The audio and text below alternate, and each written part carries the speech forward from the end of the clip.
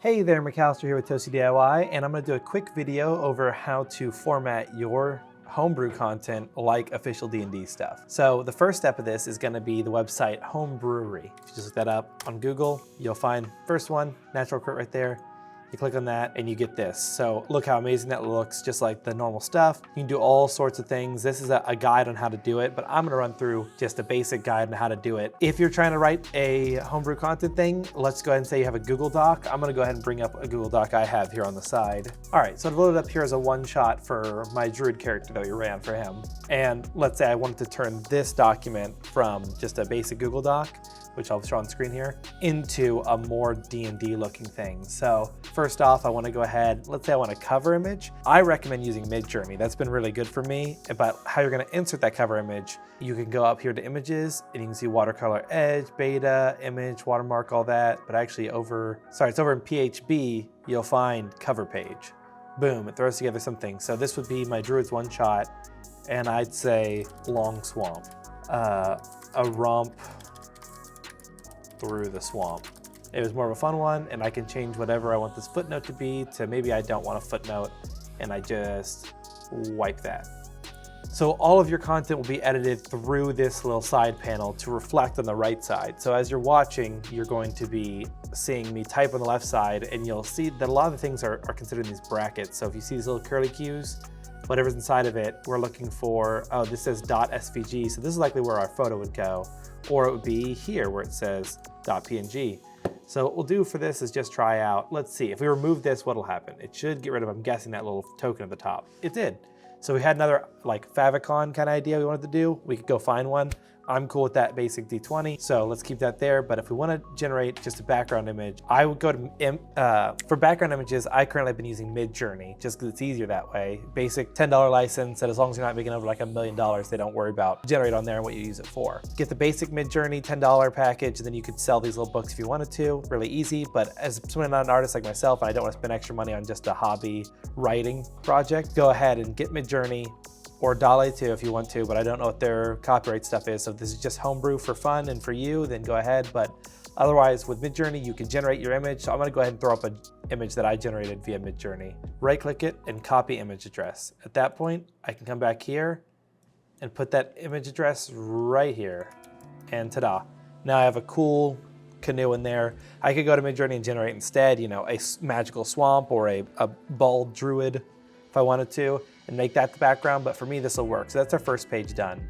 Whenever you want to make another page, you use the command /page, and then it would generate another one. So we'd have 2 pages now. But luckily that first cover one automatically makes one. So at this point, let's just go over the different things you have. Text editors can add column breaks. The column break will just go ahead and split your text onto different sides. So if I type in test and then type in test below the column break, it'll automatically move it over. So let's say you had a bunch of stuff. So I'm going to go ahead and just copy and paste a line from this.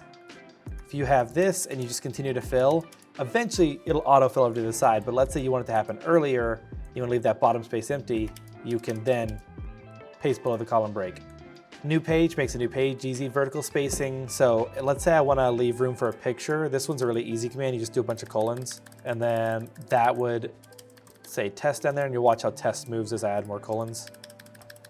So now I can put a photo there if I want to. Horizontal spacing will do the same thing, but moving it to the right. So let's say I wanted maybe a picture on the left and right, then I could go ahead and have that happen while having my text down centered.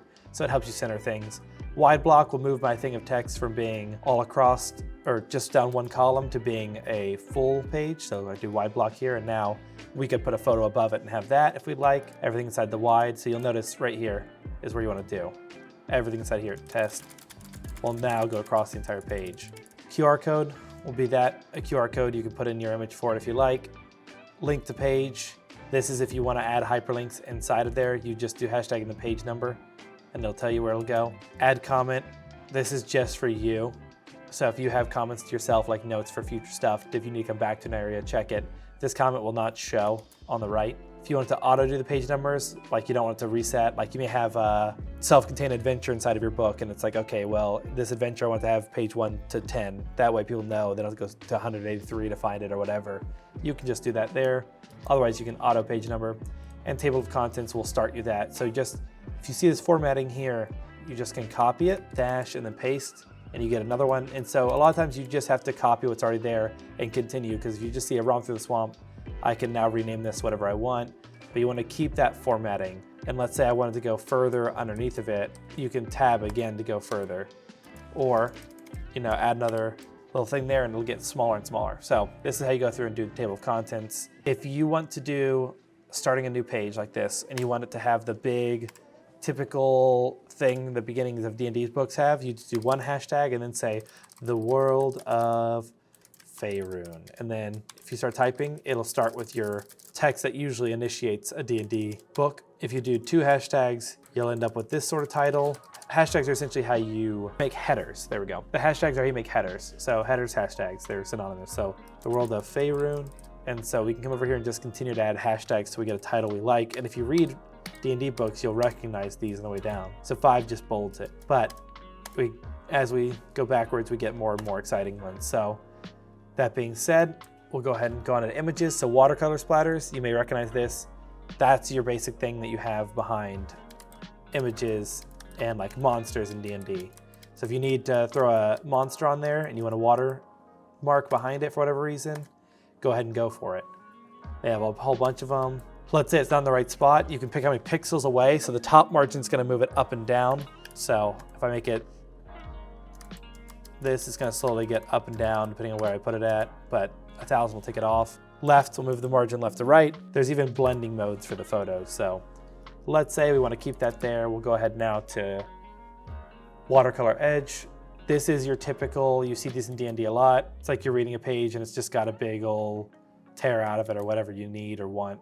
So it's good for flavor, especially if you have big empty spots, like you have text fill in the whole screen. You can go through there and do that. But in order to do this, let's just go ahead and say we're doing the watercolor for the left side. We're gonna have everything themed over to the right.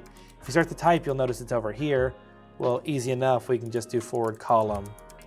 And now it's moved over to the correct side. And no matter what we paste, we should get over on the side. And if you don't like that spacing, you can always, whenever you upload an image to that left side, you can go through there and erase half of it so it doesn't come over this far. If you're having that much issue, you can also attempt horizontal spacing it, and you could do it for every line if you wanted to, if you really were that desperate. But my recommendation is go through there and literally just delete that portion, like take it into Photopea, which is really easy, and just take the brush tool and wipe off the edge, and that'll make it way easier for it to sit into the page. Same way with this one, you can go over here and offset it too. So if you don't want to do the column breaking, if your column breaking is not working and you don't want it to be there, you can also go through and try to offset it. So offset right here is 0 centimeters. We could say, how about you offset 5 centimeters or -5? Look, we're getting it farther away from our text. So however you want to do it, but leaves you room to pick where you want it. You can always pick your image differently and adjust it to get what you want focally centered. As far as images go, they continue to be that way. You can move them around using the same things used to move text around. You can remove sections. Look for the HTTP for where you put your images. We can remove the second section, and it's going to get rid of the artist credit. If you're using your own images, you don't have to have artist credit on there. You're good.